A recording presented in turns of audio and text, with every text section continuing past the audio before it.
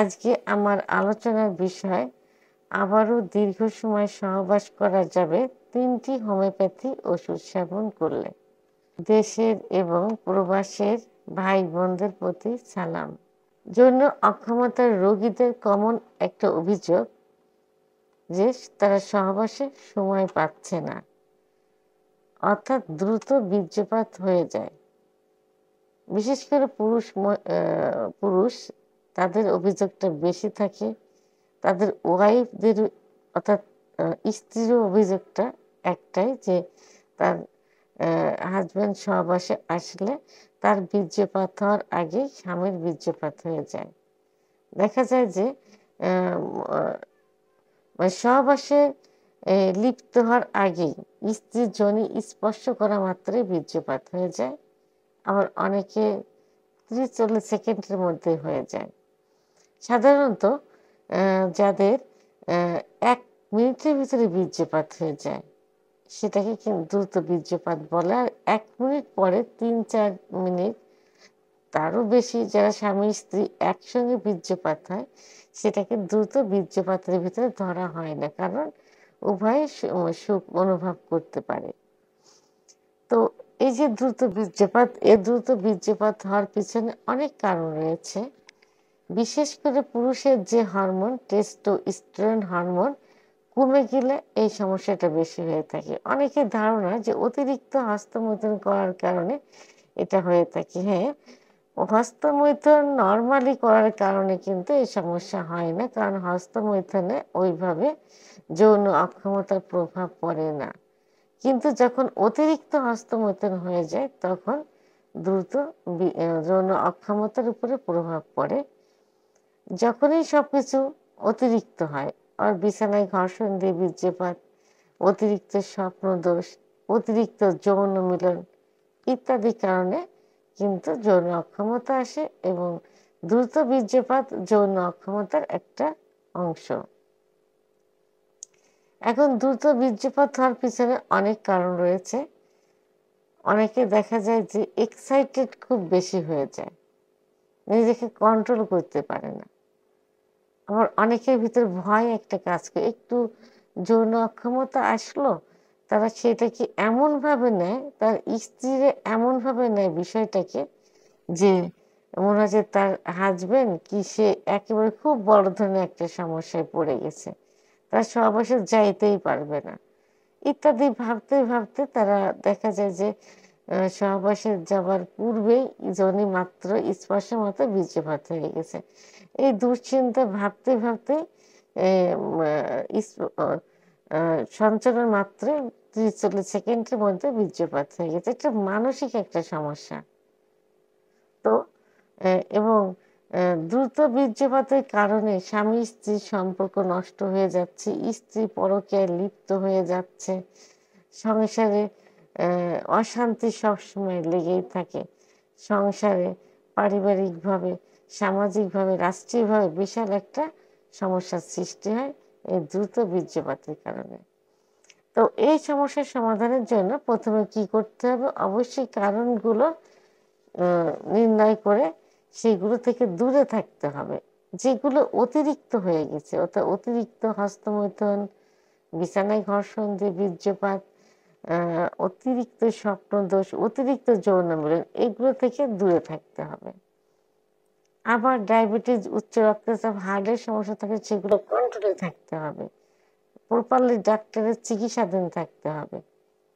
এবং পুরুষের যে হরমোন টেস্টোস্টেরন হরমোন, এই লেভেল বাড়ানোর জন্য পারিবারিকভাবে যে খাবারগুলো আছে প্রতিদিনের খাবারের তালিকায় সেই খাবারগুলো অ্যাড করতে হবে। যেমন দুধ, ডিম, খেজুর, কাজু বাদাম, মধু, ঘি, এইগুলো খেতে হবে।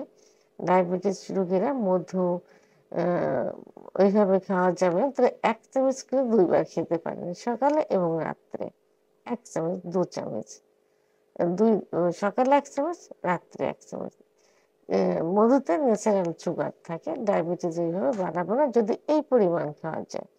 আর উচ্চ রক্তচাপের রোগীদের দুধটা পরিমিত পরিমাণ খেতে হবে, অর্থাৎ 1 পোয়া দুধের ভিতরে 1 পোয়া পানি, এবং একটা হাঁসের ডিম, সর্বোচ্চ ২টা হাঁসের ডিম আধা সেদ্ধ করে খাইতে হবে। আর অবশ্যই প্রেশারের ওষুধ খাইতে হবে, প্রেশার কন্ট্রোলে রাখতে হবে। এবং সর্বশেষ একজন অভিজ্ঞ সম্পূর্ণ হোমিওপ্যাথি ডাক্তার দেখাতে পারে রেজিস্টারকৃত, কারণ হোমিওপ্যাথি যার কোনো পার্শ্ব প্রতিক্রিয়া নেই।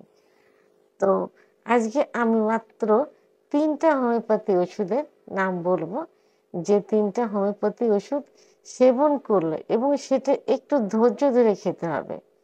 অনেকের ধৈর্য থাকে না, এখন খেলাম এখনই রেজাল্ট পাইতে হবে। এটা কি হলো? অন টাইম ট্যাবলেট হলো, অন টাইম ট্যাবলেটের মতন। যে এটা খেলে কি হবে? প্রথমে কিডনি ড্যামেজ হবে, দ্বিতীয়ত এই অন টাইম ট্যাবলেট পরবর্তীতে আপনার কোনো কাজই করবে না, এবং পরে প্রপারলি চিকিৎসা নিলেও কিন্তু কোনো কাজ হবে না। তাহলে ধৈর্য ধরে ওষুধ খেতে হবে। ডাক্তার দেখানোর পর ডাক্তার যে কদিন আপনাকে সাজেস্ট করবেন, একটু ধৈর্য ধরে সেই কদিন ওষুধ সেবন করতে হবে। তাহলে একটা সময় ঠিক হয়ে যাবে। আর মনকে শক্ত করতে হবে। প্রয়োজনে সাইকোলজিক্যাল কিছু পরামর্শ নিতে হবে, কাউন্সেলিং ব্যবস্থা করতে হবে মনকে শক্ত করার জন্য। তারপরেও যদি কাজ না হয়, ওষুধ খাওয়ার যে ধৈর্য না থাকে, আপনি মাঝে মাঝে ডাক্তারের পরামর্শ অনুযায়ী আপনি প্রোটেস্ট ব্যবহার করতে পারেন, শক্ত কন্ডম ব্যবহার করতে পারেন। তবে সেটা চিকিৎসার ভিতরে আনা যাবে না, অভ্যাসে পরিণত হওয়া যাবে না। কারণ একটা সময় দেখা গেল যে এটা অভ্যাসে পরিণত হয়ে যাবে। যতই ওষুধ খান, কোনো ওষুধে কাজ করবে না, ওটার উপরে নির্ভরশীল হয়ে যাবেন। এই জন্য নির্ভরশীল হওয়া যাবে না, মাঝে মাঝে প্রোটেস্ট ব্যবহার করতে পারেন ওষুধ চলাকালীন ভিতরে। তো আজকে যে 3টে হোমিওপ্যাথি ওষুধ নিয়ে কথা বলবো, প্রথম যে ওষুধটি সেটা হলো অ্যাসিড ফস মাদার টিংচার। ওষুধটি হোমিওপ্যাথি জগতে খুবই নামকরা একটি ওষুধ। মাদার টিংচারটি সম্পর্কে সবারই কম বেশি ধারণা আছে। যারা হোমিওপ্যাথি অনুরাগী, ওই হোমিওপ্যাথি যারা আস্থার সহিত সেবন করে থাকেন, যাদের হোমিওপ্যাথির প্রতি আস্থা আছে, পরিবারে হোমিওপ্যাথি ব্যবহার করেন, তাদের ওষুধটি সম্পর্কে ধারণা আছে। অ্যাসিড ফস মাদার টিংচার ওষুধটি 15 ফোঁটা ঠান্ডা পানি সহ দিনে 3 বার সেবন করতে পারেন, খাবার আধা ঘন্টা আগে অথবা আধা ঘন্টা পরে। 1 থেকে 3 মাস পর্যন্ত সেবন করা যেতে পারে। দ্বিতীয় যে ওষুধটি বলবো সেটি হলো ট্রিবিউলাস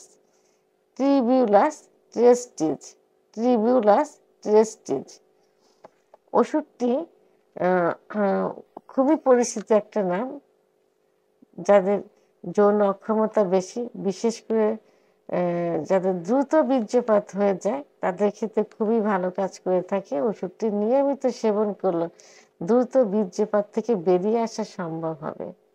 ওষুধটি 15 ফোঁটা ঠান্ডা পানি সহ দিনে 3 বার সেবন করতে হবে, খাবার আধা ঘন্টা আগে অথবা আধা ঘন্টা পরে। 1 থেকে 3 মাস পর্যন্ত সেবন করা যেতে পারে। 3 নম্বর যে ওষুধটি বলবো, এটা একটি ট্যাবলেটটি টিটিনিয়াম 3x। ওষুধটি খুবই ভালো কাজ করে থাকে। এটা প্রতিদিন সকালে, দুপুরে, রাত্রে 3 বার সেবন করতে হবে। 4টা করে ট্যাবলেট চুষে খেতে হবে। খাবার পর কুসুম গরম পানি সেবন করতে হবে। এই ওষুধটিও দ্রুত বীর্যপাত রোধ করতে খুব ভালো কাজ করে থাকে। 1 থেকে 3 মাস পর্যন্ত সেবন করা যেতে পারে।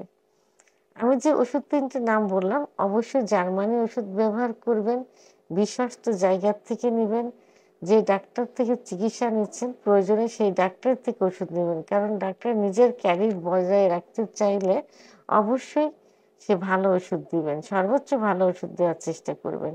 এই জন্য আপনি দেখে শুনে বুঝে ডাক্তারের নিকট থেকে ওষুধটি নেওয়ার চেষ্টা করবেন। ভিডিওটি সম্পর্কে যদি কোনো মতামত থেকে থাকে, অবশ্যই কমেন্টসের মাধ্যমে জানাবেন। আর ভিডিওটি ভালো লাগলে লাইক, কমেন্ট, সাবস্ক্রাইব করে আমার সঙ্গে থাকুন। আল্লাহ হাফেজ।